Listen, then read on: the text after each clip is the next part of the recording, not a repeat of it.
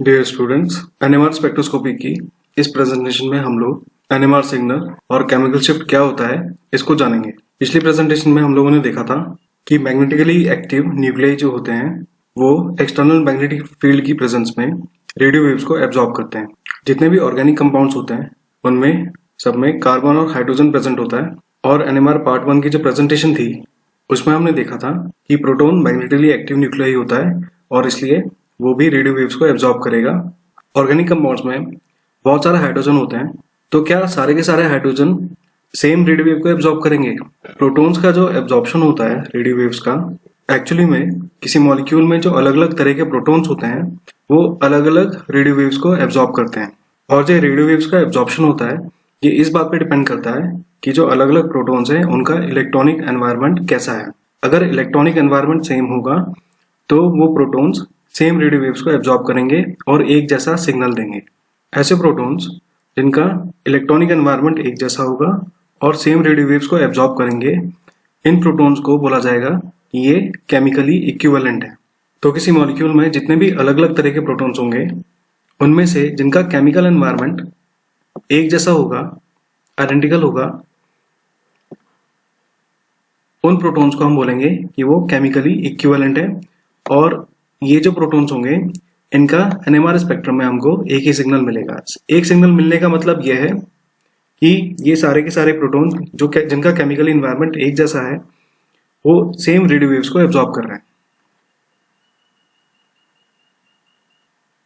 यहाँ पे एक और टर्म हमें क्लियर होना चाहिए कि जितने भी केमिकली इक्विवेलेंट प्रोटॉन्स होते हैं वो मैग्नेटिकली इक्विवेलेंट भी होते हैं। तो ये मैग्नेटिकली इक्विवेलेंट मतलब क्या होगा?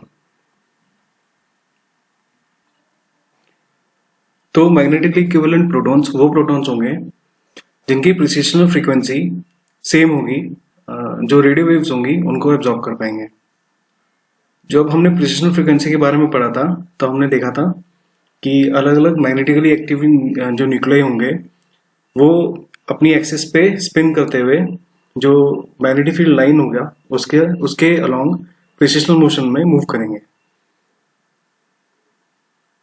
तो अगर ये मूवमेंट जिन जिन न्यूक्लियाई का एक जैसा होगा, सेम फ्रीक्वेंसी का होगा, वो न्यूक्लियाई मैग्नेटिकली इक्विवेलेंट न्यूक्लियाई होंगे। In general chemically equivalent protons और मैग्नेटिकली इक्विवेलेंट प्रोटॉन्स बात एक ही होती है, बट बड़े मॉलिक्यूल्स में स्टेरिक हिंड्रेंस की वजह से या दूसरे इलेक्ट्रॉनिक फैक्टर्स की वजह से या फील्ड इफेक्ट्स की वजह से हो सकता है कि मैग्नेटिकली इक्विवेलेंट प्रोटॉन्स डिफरेंट हो as compared to chemically equivalent protons. तो हो सकता है वो केमिकली एक जैसे हों पर मैग्नेटिकली वो डिफरेंट हो सकते हैं बिकॉज ऑफ जो फैक्टर्स मैंने अभी बताया, field effect, steric hindrance etcetera. हमारे लेवल पे हमें मान के चलेंगे कि जितने भी मैग्नेटिकली इक्विवेलेंट प्रोटॉन्स होंगे वो केमिकली इक्विवेलेंट भी होंगे। और इस तरह से किसी मॉलिक्यूल में जो अलग अलग तरह के प्रोटॉन्स होंगे जिनका इलेक्ट्रॉनिक एनवायरनमेंट अलग अलग होगा उनको हम ऑब्जर्व करके उनके लिए एक सिग्नल हम देंगे। मतलब सेम टाइप के प्रोटॉन्स, यहाँ पे सेम टाइप का मतलब क्या है कि उनका केमिकल एनवायरनमेंट या इलेक्ट्रॉनिक एनवायरनमेंट क्या होना चाहिए, एक जैसा होना चाहिए। ऐसे प्रोटॉन्स के लिए हमें सेम एक सिग्नल मिलेगा।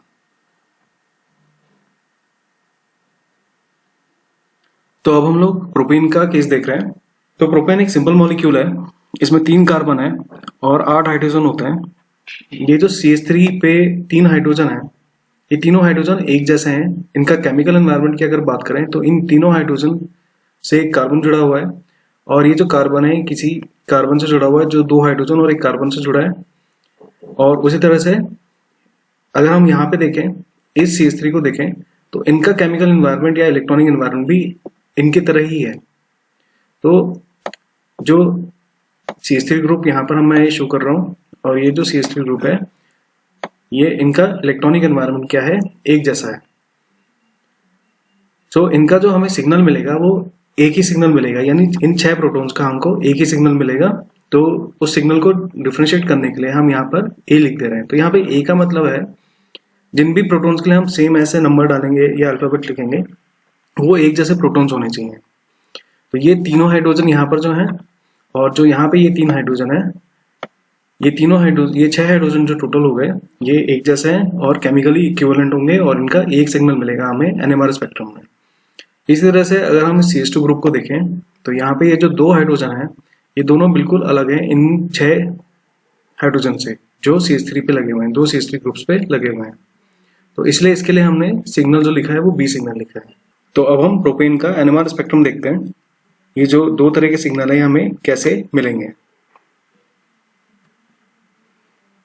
तो हम यहाँ देख रहे हैं कि हमें यहाँ पर कुछ पीक्स मिल रही है, ये एक ही सिग्नल है बट ये स्प्लिट हो गया है। स्प्लिटिंग क्या होती है इसके बारे में हम बाद में देखेंगे। तो जैसे कि यहाँ शो करा है 3 हाइड्रोजन इस CH3 पे हैं और 3 हाइड्रोजन इस CH3 पे हैं, इनका इन 6 प्रोटॉन्स का हमें ये सिग्नल मिल रहा है और जो बीच में यहाँ पर CH2 ग्रुप है उसका हमें यहाँ पे ये सिग्नल मिल रहा है। ये भी सिग्नल स्प्लिट हो गया है और जैसे मैंने पहले बताया आपको स्प्लिटिंग के बारे में हम लोग बाद में देखेंगे। ये वाला जो सिग्नल है ये ए सिग्नल है और ये जो सिग्नल मिला है यहाँ पर इसको हम बोलेंगे बी सिग्नल। तो मॉलिक्यूल का स्ट्रक्चर देख करके हम अलग अलग तरह के प्रोटॉन्स का पता लगा सकते हैं। अलग अलग तरह के प्रोटॉन्स मतलब जो केमिकली इक्विवेलेंट होंगे या मैग्नेटिकली इक्विवेलेंट होंगे या जिनका एनएमआर स्पेक्ट्रम में सेम सिग्नल मिलेगा। तो अब हम नंबर ऑफ सिग्नल्स की बात करते हैं। तो किसी कंपाउंड में जो अलग अलग सिग्नल्स होंगे उनको जान करके हम ये पता लगा लेंगे कि कितने अलग तरह के प्रोटॉन्स हैं और इससे हम मॉलिक्यूलर स्ट्रक्चर को बता सकते हैं। जैसे यहाँ पे अभी हम एक सिंपल एग्जांपल देख रहे हैं पेंटेन का। इसमें जो अलग अलग तरह के प्रोटॉन्स हैं वो मैंने मार्क करे हैं। जैसे यहाँ पे जो CH3 ग्रुप है और यहाँ पे जो CH3 ग्रुप है, ये इसमें जो टोटल 6 हाइड्रोजन हो जाएंगे ये केमिकली और मैग्नेटिकली इक्विवेलेंट है। तो हम ध्यान से देखें अगर तो ये जो CH3 ग्रुप का केमिकल एनवायरनमेंट है और इस CH3 ग्रुप का केमिकल एनवायरनमेंट जो है ये सेम होगा और इसलिए इनके लिए जो सिग्नल होगा उसको हमने ए से प्रेजेंट करा है। सिमिलरली जो यहाँ पे CH2 ग्रुप होगा और यहाँ पे जो CH2 ग्रुप होगा, इनका अगर हम नेबरहुड देखेंगे तो बिल्कुल एक जैसा है। तो ये प्रोटॉन्स भी केमिकली इक्विवेलेंट है। सिमिलरली हम जो ये जो C प्रोटॉन्स होंगे, यहाँ पे जो CH3 ग्रुप होगा, यहाँ पे जो CH2 ग्रुप होगा, इसका केमिकल एनवायरनमेंट या इलेक्ट्रॉनिक एनवायरनमेंट बिल्कुल डिफरेंट है। तो इस तरह से हमें यहाँ पर 3 सिग्नल मिलेंगे पेंटेन में। फिर ये दूसरा एग्जाम्पल देख रहे हैं 2 मिथाइल ब्यूटेन का। इसमें हम देख रहे हैं कि जो यहाँ पे ये मिथाइल ग्रुप है ये इक्विवेलेंट है, इनका जो केमिकल एनवायरनमेंट है एक जैसा है। ये दोनों ही जो CH3 ग्रुप है इनके बगल में CH2 फिर CH2 और फिर CH3 ग्रुप लगा हुआ है। तो इनका सिग्नल बिल्कुल अलग मिलेगा। जो यहाँ पे CH3 ग्रुप होगा इसका सिग्नल अलग मिलेगा, इसलिए हमने एक अलग अल्फाबेट से यहाँ पे इसको प्रेजेंट करा है। तो यहाँ पे CH ग्रुप है, टर्शियरी कार्बन पे जो हाइड्रोजन लगा हुआ है, इसका केमिकल एनवायरनमेंट ऑब्वियसली बिल्कुल अलग होगा, तो इसलिए इसको हम अलग अल्फाबेट से प्रेजेंट कर रहे हैं, इसका सिग्नल अलग है। और यहाँ पे जो CH2 ग्रुप है इसके जैसा कोई और जो प्रोटॉन्स हैं ऐसे प्रोटॉन्स और कहीं पे नहीं है इस मॉलिक्यूल में, तो इनका केमिकल एनवायरनमेंट अलग होगा, इसलिए इसका सिग्नल भी अलग मिलेगा। नेक्स्ट एग्जांपल देखते हैं। इसके बाद हम यहाँ पे हम देख रहे हैं 1,2 डाइमिथाइल साइक्लोहेक्सेन को। तो इसमें मैंने अलग अलग सिग्नल्स को मार्क करा हुआ है। आप आराम से जज कर सकते हैं इसमें कि जो ए टाइप के प्रोटॉन्स हैं वो उनका केमिकल एनवायरनमेंट एक जैसा है। बी पे जो CH ग्रुप है, यहाँ पे 2 CH ग्रुप है तो 2 प्रोटॉन्स हो जाएंगे, तो इनका केमिकल एनवायरनमेंट भी एक जैसा होगा और इनका सिग्नल अलग मिलेगा। इस तरह से जो ये CH2 और यहाँ पे CH2 जो ग्रुप होंगे इनका केमिकल एनवायरनमेंट अलग होगा तो इनका सिग्नल अलग मिलेगा। यहाँ पे CH2 और ये जो CH2 ग्रुप है इनका केमिकल एनवायरनमेंट अलग है तो इनका सिग्नल अलग मिलेगा। इस तरह से 1 मिथाइल साइक्लोहेक्सेन का केस देख रहे हैं। तो यहाँ पे हमें टोटल 5 सिग्नल्स मिलेंगे। यहाँ पे 5 तरह के प्रोटॉन्स होंगे। तो इसी तरह से कुछ और एग्जाम्पल्स हैं यहाँ पर। जैसे सबसे पहले बेंजीन का केस है। इसमें जो 6 के 6 प्रोटॉन्स होते हैं 6 कार्बन्स पर, वो बिल्कुल एक जैसे केमिकल एनवायरनमेंट में होते हैं, इसलिए उनका हमें सेम सिग्नल मिलता है। दूसरा एग्जांपल यहाँ पे जो हम देख रहे हैं ब्यूट-2-ईन का। इसमें ये एक सिमेट्रिकल एल्कीन है और इसमें जो 2 CH3 ग्रुप हैं इनमें जो प्रोटॉन्स हैं वो केमिकल इक्विवेलेंट है। यहाँ पे डबल बॉन्डेड कार्बन पर जो हाइड्रोजन है ये भी एक जैसा है, तो इस तरह से हमें यहाँ पर 2 सिग्नल मिलेंगे। फिर इसके बाद एक और एल्कीन का स्ट्रक्चर है यहाँ पर। इसमें हम देख रहे हैं कि जो ये CH3 ग्रुप है ये एक जैसे हैं, तो ये इनके लिए जो हमें सिग्नल मिलेगा सेम मिलेगा। और यहाँ पे जो डबल बॉन्डेड जो ये CH2 ग्रुप है इस पे जो 2 प्रोटॉन्स हैं ये भी एक जैसे हैं, केमिकली इक्विवेलेंट है, तो इसका हमें सिग्नल मिलेगा। तो ओवरऑल मॉलिक्यूल में हमें 2 तरह के सिग्नल मिलेंगे। फिर जो नेक्स्ट केस है 2-क्लोरोप्रोपीन का। इसमें हम देख रहे हैं कि जो CH3 है उसका सिग्नल तो बिल्कुल डिस्टिंक्ट है। जो ये 2 प्रोटॉन्स हैं CH2 ग्रुप का, डबल बॉन्डेड जो कार्बन है इस पे जो 2 हाइड्रोजन है, हमें लगता है कि इनका हमें सेम सिग्नल मिलना चाहिए। बट हिस्टोरिकली अगर हम देखें तो जो ये हाइड्रोजन है इसके सिस में क्लोरीन है और इस हाइड्रोजन के सिस में CH3 ग्रुप है, इसलिए इनका जो केमिकल एनवायरनमेंट है या जो इलेक्ट्रॉनिक एनवायरनमेंट है ये डिफर कर रहा है। तो इस वजह से इनका सिग्नल जो मिलेगा हमें अलग अलग मिलेगा और ओवरऑल इस मॉलिक्यूल में हमें 3 सिग्नल मिलेंगे। फिर लास्ट एग्जांपल इसमें नैप्थलीन का है। नैप्थलीन में रेजोनेंस की वजह से हमें जो अलग अलग पॉसिबल सिग्नल्स मिलेंगे वो 2 मिलेंगे। अगर हम ध्यान से देखें तो यहाँ पे जो CH ग्रुप है और यहाँ पे जो CH ग्रुप है, इसी तरह से यहाँ पे जो CH ग्रुप है और यहाँ पे जो CH ग्रुप है, ये इनका जो केमिकल एनवायरनमेंट होगा वो एक जैसा होगा और इसलिए इन चारों प्रोटॉन्स का एक सिग्नल मिलेगा हमें। इस तरह से जो यहाँ पे अल्फा पोजीशन पे CH ग्रुप है, इधर भी जो अल्फा पोजीशन पे CH ग्रुप होगा और यहाँ पे अल्फा पोजीशन पे जो CH ग्रुप होगा, तो 4 अल्फा पोजीशंस होती हैं जिसकी वजह से यहाँ पर जो 4 प्रोटॉन्स होंगे अल्फा पोजीशंस पे उनका हमें कलेक्टिवली एक सिग्नल मिलेगा। तो ओवरऑल नैप्थलीन में हमें 2 सिग्नल मिलेंगे। तो हमें ये पता चल चुका है कि जो इलेक्ट्रॉनिक सराउंडिंग होती है वो प्रोटॉन के एब्जॉर्प्शन को अफेक्ट करती है। इसी इफेक्ट को हम मेजर करते हैं in terms of shielding and deshielding effects. तो जैसा कि हमें पता है कि अलग अलग तरह के जो प्रोटॉन्स होते हैं ये अलग अलग रेडियो वेव्स को एब्जॉर्ब करते हैं अलग अलग फ्रीक्वेंसी की in presence of applied magnetic field. तो प्रोटॉन कौन सी रेडियो वेव्स को एब्जॉर्ब करेगा ये इस बात पे डिपेंड करेगा कि उसका इलेक्ट्रॉनिक एनवायरनमेंट कैसा है। तो इलेक्ट्रॉनिक एनवायरनमेंट अफेक्ट करता है प्रोटॉन के एब्जॉर्प्शन को। कैसे करता है इसको अब हम लोग देख रहे हैं। तो जिस तरह से प्रोटॉन मैग्नेटिक फील्ड की प्रेजेंस में अलाइंड हो जाता है एक्सटर्नल मैग्नेटिक फील्ड के साथ या अपोज्ड हो जाता है, उसी तरह से जो मॉलिक्यूल में इलेक्ट्रॉन्स होते हैं वो इलेक्ट्रॉन्स भी एक्सटर्नल मैग्नेटिक फील्ड की वजह से स्पेस में सर्कुलेट करने लग जाते हैं और उसकी वजह से वो एक सेकेंडरी इंड्यूस्ड फील्ड को प्रोड्यूस करते हैं। CH बॉन्ड के जो इलेक्ट्रॉन्स हैं यहाँ पर ये स्पेस में सर्कुलेट कर रहे हैं और ये इस तरह से सर्कुलेट करेंगे कि ये एक्सटर्नल मैग्नेटिक फील्ड को अपोज करें। तो से अगर एक्सटर्नल मैग्नेटिक फील्ड की डायरेक्शन अपवर्ड है तो इन इलेक्ट्रॉन्स की वजह से जो इंड्यूस्ड फील्ड प्रोड्यूस होगा उसकी डायरेक्शन बिल्कुल अपोजिट होगी। ऐसा होने को हम बोलेंगे कि ये इलेक्ट्रॉन्स प्रोटॉन को शील्ड कर रहे हैं। शील्डिंग का सीधा मतलब यह है कि प्रोटॉन जिस मैग्नेटिक फील्ड को अपने ऊपर ऑब्जर्व कर रहा है वो कम हो जाएगा। इसी तरह से डीशील्डिंग इसका अपोजिट है। जब प्रोटॉन पे किसी वजह से मैग्नेटिक फील्ड बढ़ जाएगा तो हम बोलेंगे कि वो प्रोटॉन डीशील्डेड है। तो शील्डिंग और डीशील्डिंग जो होते हैं ये इन टर्म्स ऑफ मैग्नेटिक फील्ड हम बताएंगे जो प्रोटॉन पर लग रहा होगा। और ये प्रोटॉन पे जो मैग्नेटिक फील्ड लग रहा है इसमें चेंजेस क्यों आएंगे, क्योंकि आसपास के इलेक्ट्रॉन्स भी एक तरह का मैग्नेटिक फील्ड प्रोड्यूस करेंगे। अब हम बात कर रहे हैं यहाँ पे रेफरेंस की। तो ऑर्गेनिक कंपाउंड्स में अलग अलग तरह के प्रोटॉन्स होते हैं। जब हम NMR में अगर हम इनका सीधे NMR करेंगे बिना किसी रेफरेंस के तो बहुत सारे सिग्नल मिलेंगे और हम प्रिडिक्ट नहीं कर पाएंगे कि कौन सा सिग्नल कौन से प्रोटॉन का है। तो हम यहाँ पर एक स्टैंडर्ड को ले लेते हैं और वो जो स्टैंडर्ड या जो रेफरेंस होता है उसके सिग्नल के रिस्पेक्ट में हम जो ऑर्गेनिक कंपाउंड में जो प्रोटॉन्स होंगे अलग अलग उनके सिग्नल्स को देखते हैं। तो NMR में जो रेफरेंस कंपाउंड होता है उसे हमें कंपाउंड के साथ ही लेना पड़ता है। जो हमारा कंपाउंड एनालिसिस जिसका हमें करना है उसके साथ ही इसको ले लिया जाता है। तो NMR में जो रेफरेंस सब्सटेंस लिया जाता है ये होता है टेट्रामिथाइल सिलेन, इसको शॉर्ट में TMS बोला जाता है। इसमें सिलिकॉन एटम के साथ 4 CH3 ग्रुप जुड़े हुए होते हैं।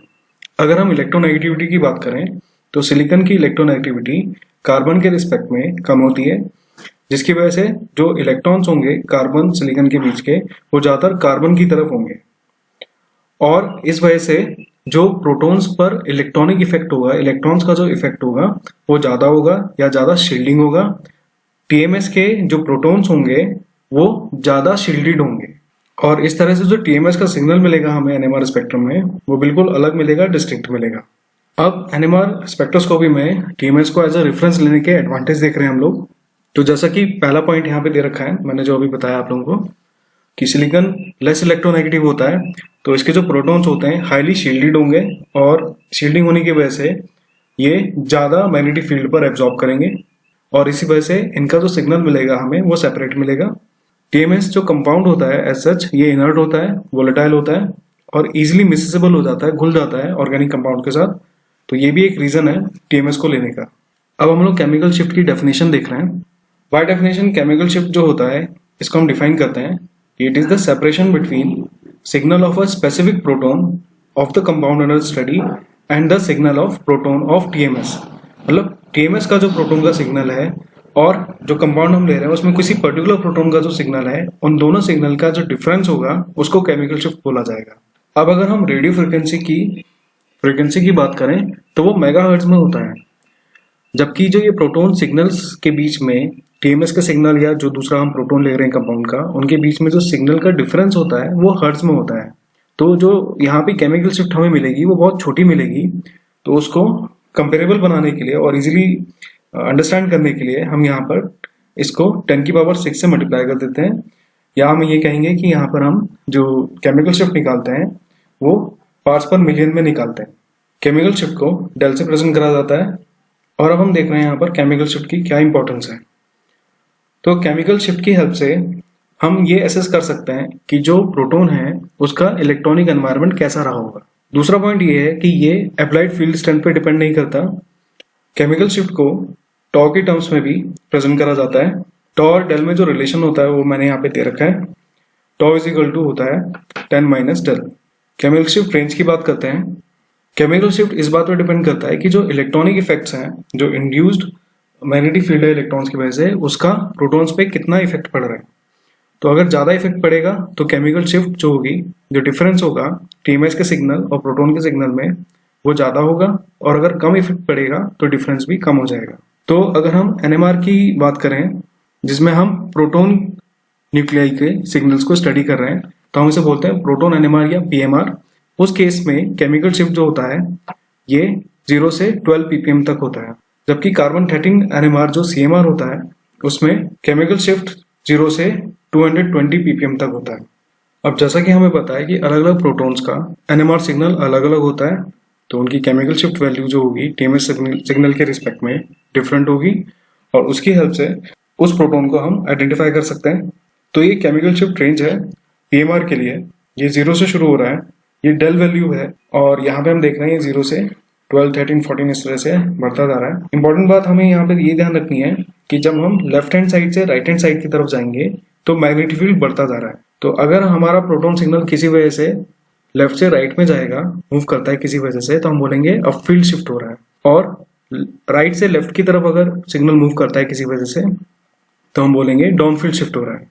शिफ्ट क्यों होगा? क्योंकि इलेक्ट्रॉनिक एनवायरनमेंट में चेंज आएगा। तो हम यहाँ पे अलग अलग कंपाउंड्स के लिए जो केमिकल शिफ्ट वैल्यूज होंगी वो हम एक रेंज में देख रहे हैं। थोड़ा सा ब्रीफली अगर हम इसे देखें, जो सैचुरेटेड कंपाउंड्स होते हैं जैसे कि एल्केन्स, वो हमें टीएमएस सिग्नल के क्लोज मिलते हैं, यानी कि वो हाईली शील्डेड होते हैं।